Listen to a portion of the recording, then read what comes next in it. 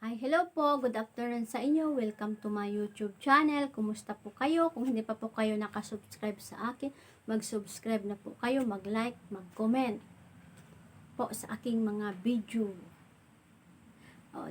Ang vlog ko po ngayon ay dahil meron po dumating sa akin ng resolution. Kahapon po ito dumating.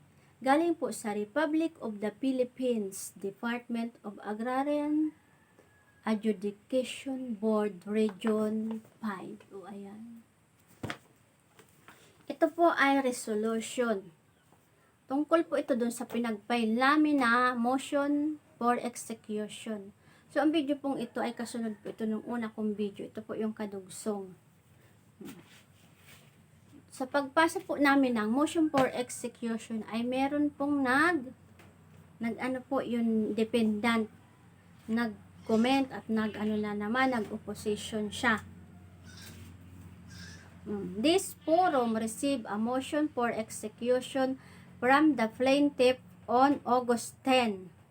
However, there was a prior motion for execution filed with the DAR Adjudication Board on March 22, 2021. So, sinasabi na dalawa po yun. Pinag-file namin na motion for execution noon March 22, 2021 at August 10, 2021.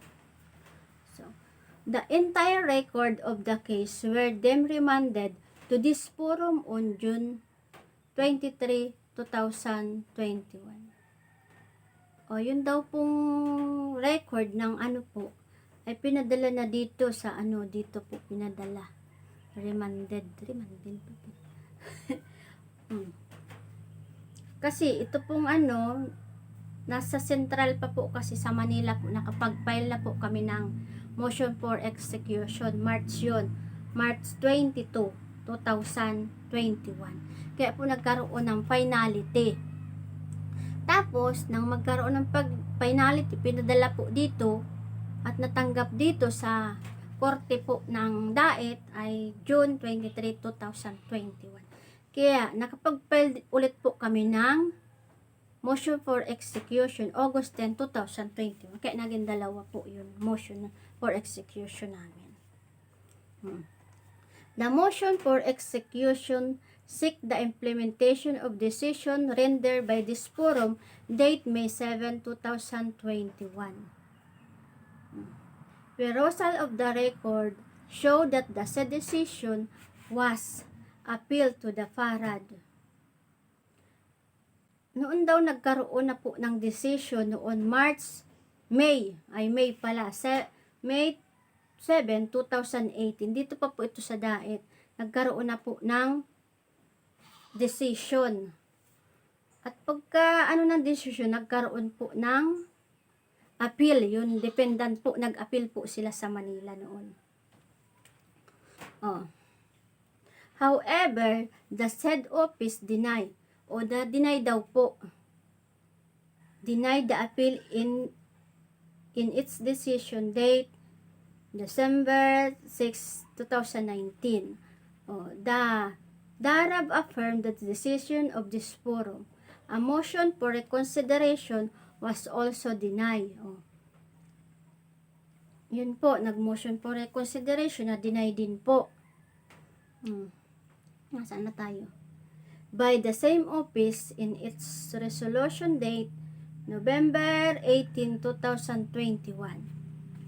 Further scrutiny of the record also revealed that the entry of judgment was made in the decision date December 6, 2019 become final and executory on January 7, 2021.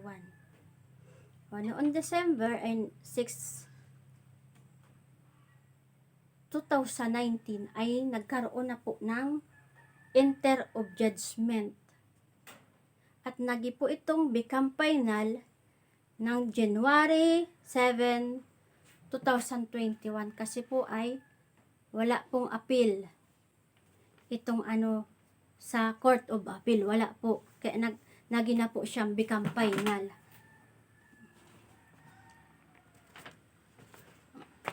O the defendant was filed a comment of opposition to the motion. Oh,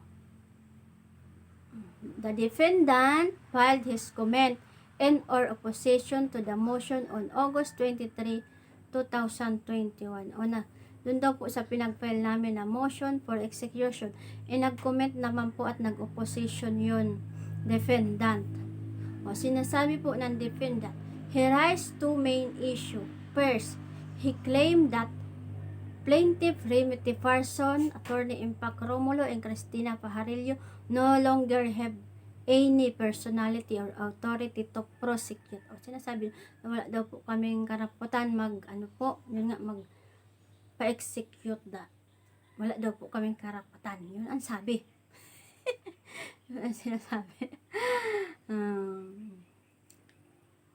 Instant case in view of the death of the plaintiff. O dahil nga daw po namatay na yun nga pong nagbigay sa amin ng SPA, wala na daw po kaming karapatan. Yun ang pinagsasabi nila. So, asa na?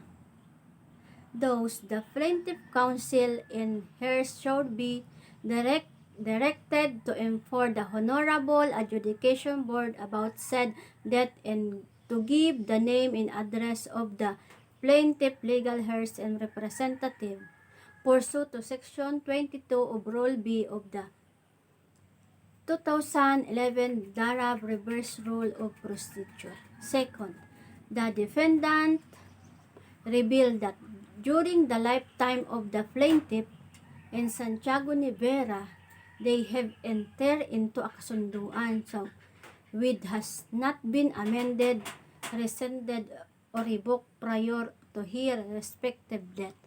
Hence, herein defendant possession of the subject property as an agrarian tenant is valid in lawful. September 9, 2021. This forum issue an order required to plaintiff to file their comment on the possession filed by the defendant affiliant. So, on September 20, 2021, the counsel of the plaintiff filed a notice of death and motion for substitution of party with reply to opposition to execution. The counsel confirmed the death of Remedy Farson and submitted her death certificate with shown the date of death as April 23, 2021. The counsel revealed that the only child of the deceased, Jocelyn Gierig, will inherit the subject property and will substitute the deceased in this case as such as will still be represented by the attorney Impact Romulo Pajarillo and Cristina Pajarillo. The copy of the special power of attorney execute by Miss Jocelyn is submitted to his forum and attached the record of the case. So, the opposition to the motion for execution. The counsel stressed that the decision become final in the subsequent motion for execution was filed by Remedy Farson was still alive.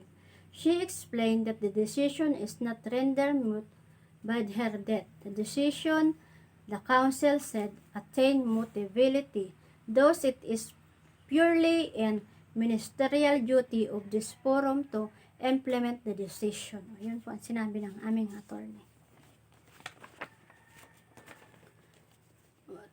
Tapos, nag-file na naman po ng rejoinder. A rejoinder was filed by the defendant on September 23, 2001.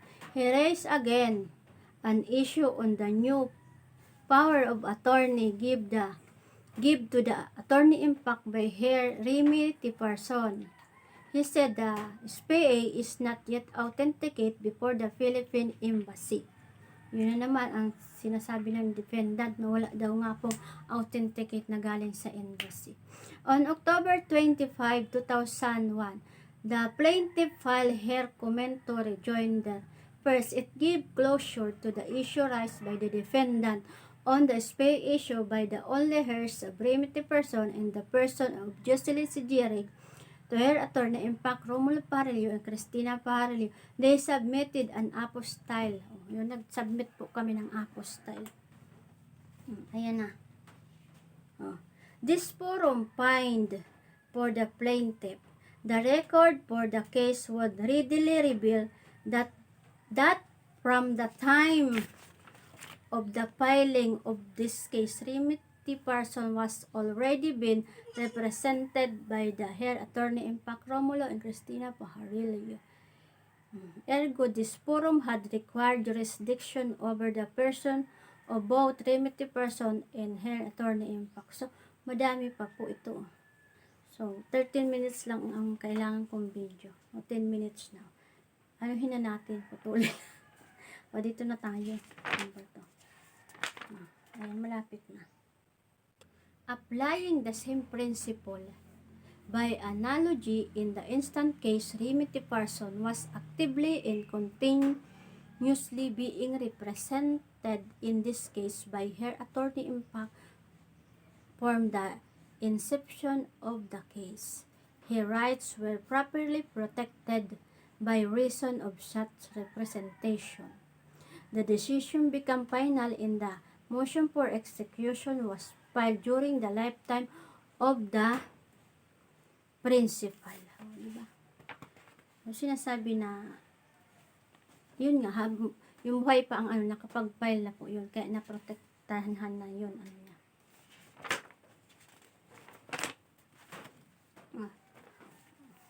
Ito na. Ito pa. Applying the said principle in this case, it became the ministerial duty of lower courts.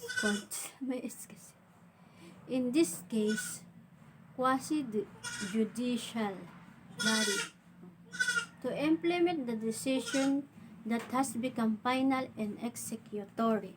Therefore, the opposition of the defendant on the motion for execution is hereby denied. The sole heirs of the late remedy person is the person of Jocelyn Cecilia Girig is recognized as her lawful substitution in this case. The motion for execution filed by the plaintiff is hereby granted. Let the writ of execution be issued to implement the decision rendered by this forum date May 7, 2018. So ordered. November 11, 2021, Daet, Camarines Norte.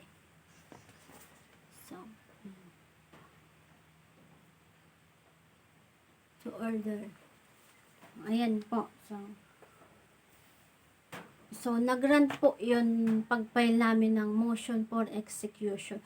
Kaya, ang hihintayin namin po ngayon, yung writ po, writ of execution, na galing po sa korte, na naka-address po sa sheriff. Yun po. Kaya, yun na lang po para yun lang ihintayin namin para mapaalis na po yun mga nakatira po na pinapaalis dito po sa lupa. Sige, bye-bye po. Thank you.